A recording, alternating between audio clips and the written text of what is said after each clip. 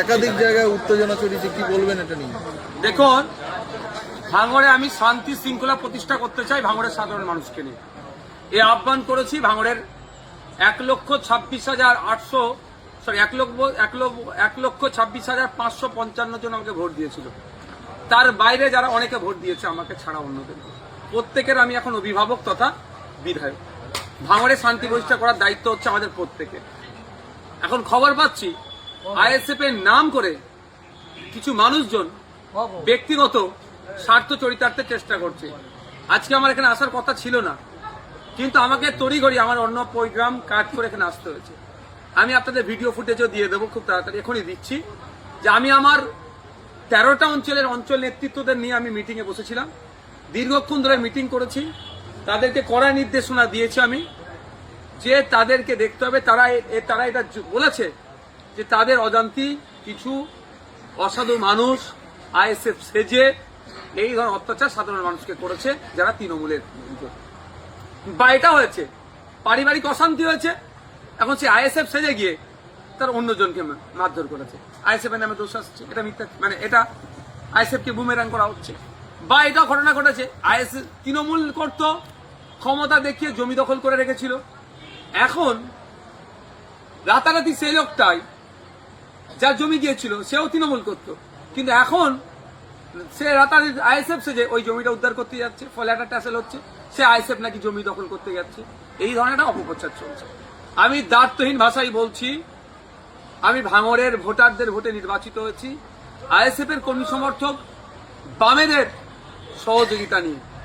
আমি এখন প্রত্যেকটা ভাঙড়বাসীর এমএলএ, সুতরাং প্রত্যেকটা ভাঙড়বাসী যাতে শান্তির সাথে থাকতে পারে, শান্তি শৃঙ্খলার সাথে আমরা চলাফিরতে করতে পারি, সেটা দায়িত্ব আমাদের বর্তায়। তাই আপনাদের বলবো, আপনাদের মাধ্যমে সাধারণ মানুষের কাছে, কারো পারিবারিক হোক বা সামাজিক হোক কোনো অশান্তি যদি হয়, যদি আইএসএফ এর কোনো নেতৃত্ব যুক্ত থাকে, সরাসরি আমাদেরকে জানাতে পারেন। তার বিরুদ্ধে কি ব্যবস্থা নিয়ে আপনারা দেখবেন। আজকে আমি যতক্ষণ পর্যন্ত ঘুমাচ্ছিলাম, তারপরে ঘুম ভাঙার পরেই ভাঙড়ের একাধিক মানুষজন আমাকে, অনেক সাংবাদিক বন্ধুরা ফোন করেছিল সে বিষয়টা নিয়ে। সাথে সাথে আমি আমার অ্যাডমিনকে দিয়ে ভাঙড়ের একাধিক জায়গার মানুষজনকে আমার ফোন অ্যাটেন্ড থেকে শুরু করে আমার নাম্বার আমি শেয়ার করে দিয়েছি, যে কোনো ইনসিডেন্ট যদি ঘটে আমাকে ফোন করুন, আমি তৎক্ষণিক সেটাকে করবো। অনেকে ফোন করেছে, তবে এটাও আপনাদের বলছি, ফোন করে হাউ করছে, বাড়ি ভাঙচুর করে দিয়েছে। আমি বলছি একটা বাড়ি ভাঙার ছবি আমাদের অন্তত পাঠান, আর কে ভেঙেছে।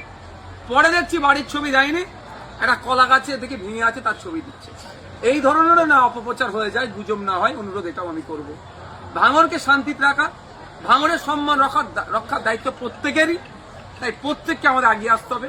আমি পরিশেষে আবারও বলছি, যদি আইএসএফ এর কোনো ছেলে কোনো মানুষের উপর আক্রমণ করে, আমাদেরকে উপযুক্ত প্রমাণ সহকারে দেবেন, সে পার্টির মধ্যে থাকবে না। এটা আমি জোর গলায় বলছি মিডিয়ার মাধ্যমে। আমি ভাঙড়ে হিংসা করতে চাই না, ভাঙড়ে শান্তি প্রতিষ্ঠা করতে চাই। আপনিও তো, তবে একটা কথা বলি, আজকে যে ঠিক এর উল্টো হতো, সারা রাজ্যে তৃণমূলময়, ভাঙড়ে তৃণমূল জিতেছে, তাহলে কি হতো?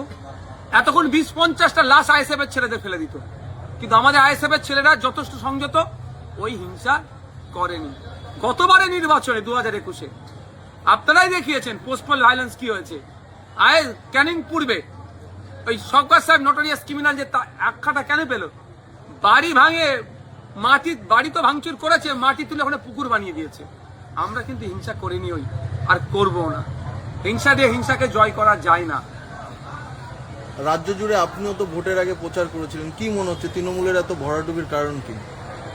জাগলগাছি হাই মাদ্রাসা নির্বাচনে যখন নমিনেশন ফর্ম জমা করার ডেট ছিল, থানার সামনে যেভাবে তৃণমূলের লোকজন আক্রমণ করেছিল, সেই সময় একটা কথা বলেছিলাম, যে একটা সামান্য মাদ্রাসার অভিভাবক নির্বাচনে যদি এরা এই গুন্ডাগার্দি দেখায়, তাহলে সাধারণ মানুষের প্রতি এদের কোনো কনফিডেন্স নাই। যদি সুযোগ পায় সাধারণ মানুষ ভোট দেওয়ার, তাহলে কিন্তু এদের আর খুঁজে পাওয়া যাবে না।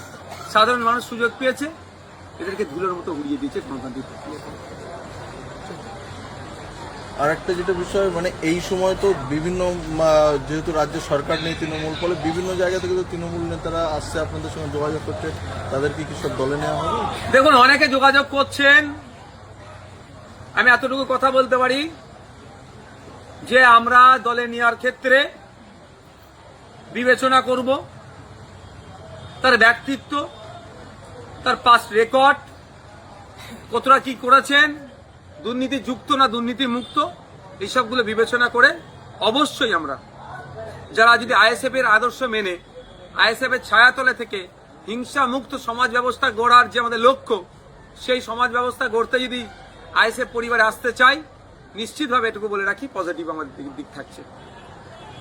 অভিষেক ব্যানার্জি নিজে ভাঙড়ে এসে বলেছিলেন 4 তারিখের পর ডিজে বাজবে, সেই বিষয়টি নিয়ে কি বলবেন? দেখুন, আমি ডিজেটাকে উনি কিভাবে বাজাতে চেয়েছে বলতে পারবো না। যে ডিজেকে আমরা জানি সেটা আইন বহির্ভূত। আমি বারবার বলি ডিজে বাজানো যাবে না। ওই জন্য